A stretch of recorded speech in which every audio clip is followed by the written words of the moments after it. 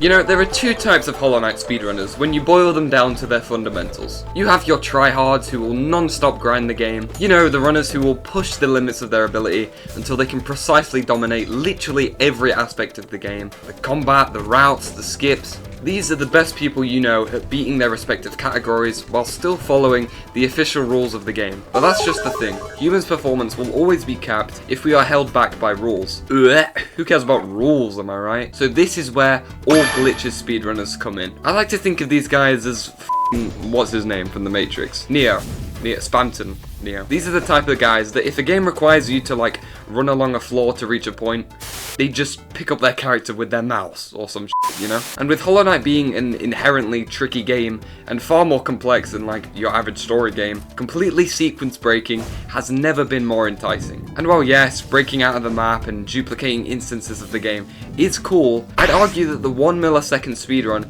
is far more fascinating. But before I get too far ahead of myself, I should probably explain what the actual speedrun is in regular gameplay, because it's actually really weird even without all the glitches. To begin with, this is a New Game Plus speedrun, or at least I think that's what NG Plus stands for. But that actually does make a lot of sense in this context, because this run takes place on a pre-existing save file with however much prep time that you want. So the timer only actually begins when you start to fall through King's Pass, much like any other type of run, but only with descending dark instead of falling naturally because of its increased speed. And they also have this very strange looking health bar, which is because before the run they purposefully get all the way down to 1 HP so that they can kill enemies quicker due to their Fury of the Fallen charm, before then getting a load of lifeblood to avoid getting hit, which would ruin all of their setup. But yeah, anyway, getting back to the run, we can yet again see another change as they leave King's Pass through the top left exit as opposed to the longer intended exit, simply because it's just so much quicker. But after crystal dashing past the loading zone, they are right next to the stag station, with the only issue being that the stag station is all the way down there and they are up here. So we're going to play a little game called How Does This Runner Get Down Optimally? Do they A, complete an inventory fast fall?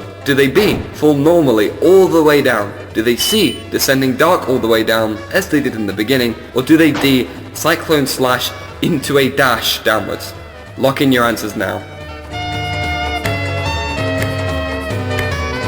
And it is D, yes, well done. Yeah, I'm not entirely sure why, because I kept airballing, but in certain situations, utilizing the Cyclone slash Nail Art causes the knight to fall faster than any other ability in the game. My guess would be that the only faster option, Descending Dark, causes a short animation once it finishes, in which the knight must stay stationary. So it's slightly quicker to fall slower, but then also be able to immediately move once they touch the ground. It's just one of those weird speedrunning things. Anyway though, we're back on track to the stag, where when you reach the station, you can see that they only have the City of Tears 1 unlocked to minimize the amount of down presses in the menu. Yeah, this is how optimized this dumbass strategy is. But after arriving in the Cité de l'Arme, they yet again dash downwards into a Cyclone Slash to fall down most optimally before activating the crystal part, making their way into Kingdom's Edge. The reason I'm highlighting this name is because I accidentally called it Ancient Basin in one of my shorts, and you guys are really mean to me. So yeah, I apologize. Where they do 2 chained fast falls with the Cyclone Slash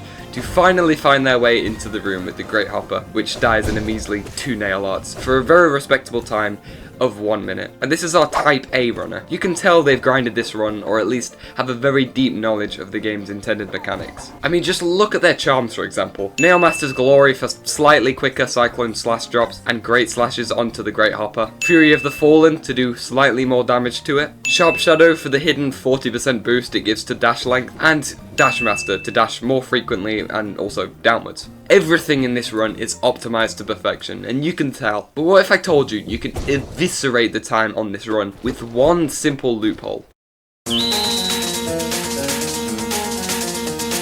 Remember how I said at the beginning of the run that, so the timer only actually begins when you start to fall through King's Pass. Can I get that again at a higher pitch? So the timer only actually begins when you start to fall through King's Pass. Can I get that again with reverb? So the timer only you get the picture. The timer only actually begins once you enter King's Pass with however much setup you want in the world beforehand. So what happens if you never really enter King's Pass until the very last moment? Well, this is how the glitched run is born. It all starts in this main menu, where you can see 3 3 fairly identical save files in the Godseeker game mode, and pressing on one of these files brings you to the City of Tears, which is strange for anyone who's played in the Godseeker game mode before, as you know that you're supposed to be completely locked into the Godhome area, as it's supposed to just be a maxed out file for defeating all the bosses. So it's weird that our runner is just completely outside of that jurisdiction, and it was likely done by a strategy called Godhome Main Menu Storage, or GHMMS, to access Hallownest with a maxed out save file, just for the convenience of the run. So the first thing they do after gathering some soul is walking back to the stag and opening its menu whilst walking to the left, which yet again isn't possible under normal circumstances. But because they executed a glitch called bench storage at the beginning of the run, it meant that they can. But what is bench storage? Well, Hollow Knight stores a lot of true or false values for the player constantly, such as, I don't know, swimming or dashing or falling. And these are extremely important for the game to run, as it allows the game to know what the player can do at any given point. Say for example, you can't heal when you're dashing, right? So if the player was to begin holding B to start the healing process while swimming, the game would check if they are in water, and when the game gets the return that yes, they are swimming, the game basically flags that, oh shit, you're not allowed to heal, so that they can deny that request.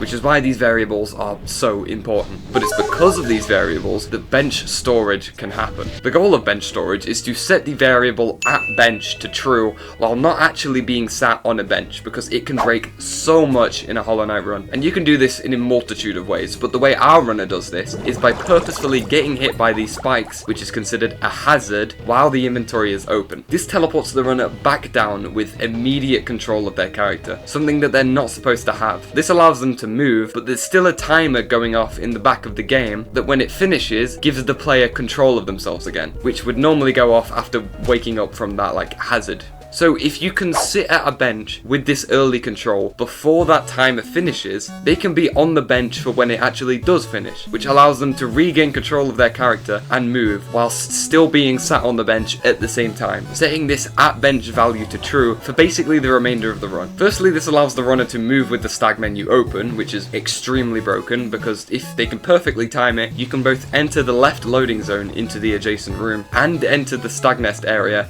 at the same time, which, if done properly, will look like this, and will layer the two rooms on top of each other. And we aren't even done abusing this at bench state, because by dream gating to an already set location, these two conflicting states in the game's memory completely breaks it down, and basically turns on no clipping mode for the runner, so they can phase through every wall and fly around every single room. So now they can carefully navigate through every room in a specific order for a certain combination of rooms, which I'll get into in a minute. And they can do this through flight with the no clipping, crystal dash, and dashing. And that's why the Dash Master charm is so imperative in this run, as it's the only way the runner can actually move downwards, because, you know, it lets you dash downwards. So after 10 long minutes of careful navigation and setup, we are finally in a state where we're juggling 3 separate rooms in a 3-way room dupe. The first room is set to King's Pass to actually begin the run, the second room is set to the room with the Great Hopper in it, and the third is set to the Acid room with the 3 Umas in it, meaning after all of that setup, we can finally begin the run. The runner can fall through the top loading zone into King's Pass,